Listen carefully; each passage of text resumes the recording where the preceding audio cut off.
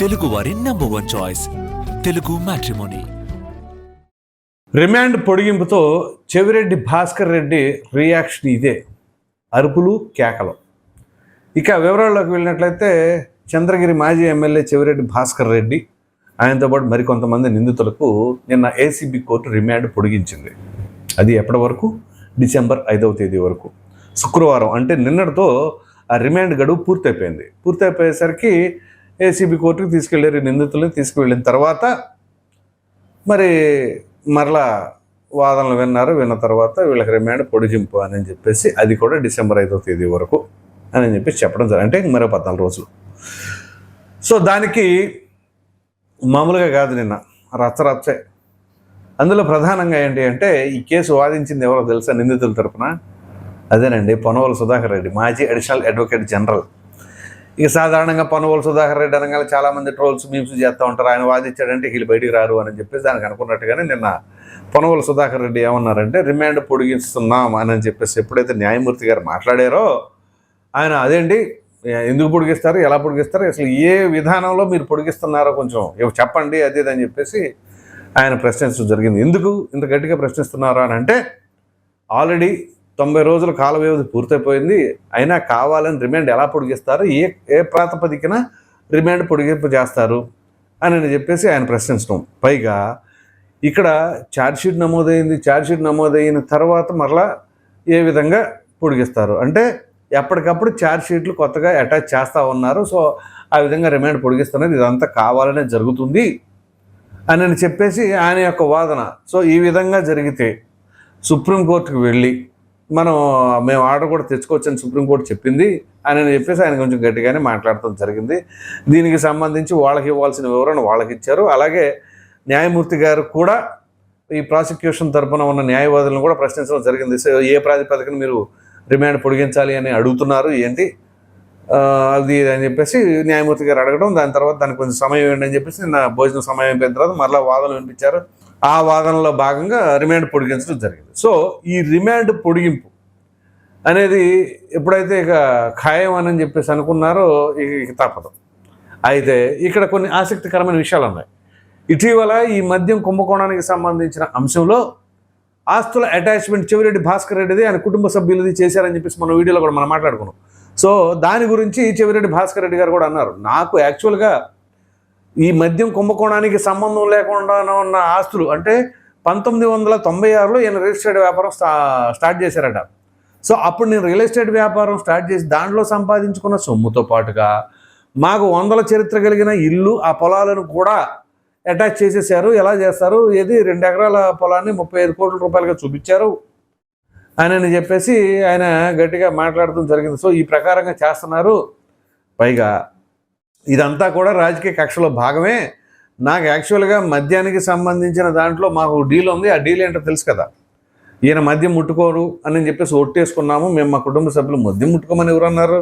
ఇప్పుడు మద్యం ముట్టుకుంటాం అంటే మద్యం వ్యాపారం చేయడానికి మద్యం తాగడానికి చాలా తేడా ఉంటుంది. సో దానికి దీనికి ఏమాత్రం సంబంధం ఉండదు. సో అలాగే ఇప్పుడు ఫర్ ఎగ్జాంపుల్ వేరే ఉన్నాయి, పొలానికి సంబంధించిన పెస్టిసైడ్స్ అమ్ముతూ ఉంటారు. ఆ పెస్టిసైడ్స్ ఆడు తాగుతాడనే, అది కాదు కదా. సో అట్లా ఏది చేసినా దానికి మద్యం తాగాల్సిన అవసరం లేదు, వ్యాపారం చేశారు అని కదా కేసు పెట్టింది. సో మరలా ఆ కవరింగ్ ఇచ్చే పని చేశారు. సరే అది అయిపోయింది. దాని తదనంతరం ఈయన న్యాయమూర్తి గారితో అంటాం అనమాట, వీళ్ళందరూ ఎంత కావాలని చేస్తున్నారు, రాజకీయ కక్షతో నేను కొంచెం బలంగా ఉంటాను అంటే వైసీపీలో బలంగా ఉంటాను అనే ఉద్దేశంపైనే నా పైన ఇలా చేస్తున్నారు. అయినా భగవంతుడు నాకు కావాల్సినంత ఓర్పుని, సహనాన్ని, శక్తిని అన్నిటినీ ఇచ్చారు. వీళ్ళు కుట్రపూరితంగా ఎంతకాలం జైల్లో పెడతారో పెట్టనివ్వండి అని చెప్పేసి అంటున్నారు. సో ఆ తరహాలో ఇంకా ఎన్ని చెప్పుకున్నా చివరికి పరిస్థితి రిమాండ్ అయితే పొడిగించేశారు. ఇక పొడిగించిన తర్వాత చేసేది ఏముంటుంది? ఇది ఒక ఎత్తు. ఇక్కడ ట్విస్ట్ ఏంటో చెప్పంటారా? చెవిరెడ్డి భాస్కర్ రెడ్డి ఇప్పటికే పలుమార్లు కోర్టుకు తీసుకెళ్లేటప్పుడు కానీ, కోర్టు నుంచి బయటకు తీసుకొచ్చేటప్పుడు కానీ, అంటే జైలుకి తీసుకెళ్లేటప్పుడు కానీ ఈయన మామూలుగా కేకలేస్తూ ఉంటారు కదా, అరుపులు కేకలు ఎలా ఉంటాయి?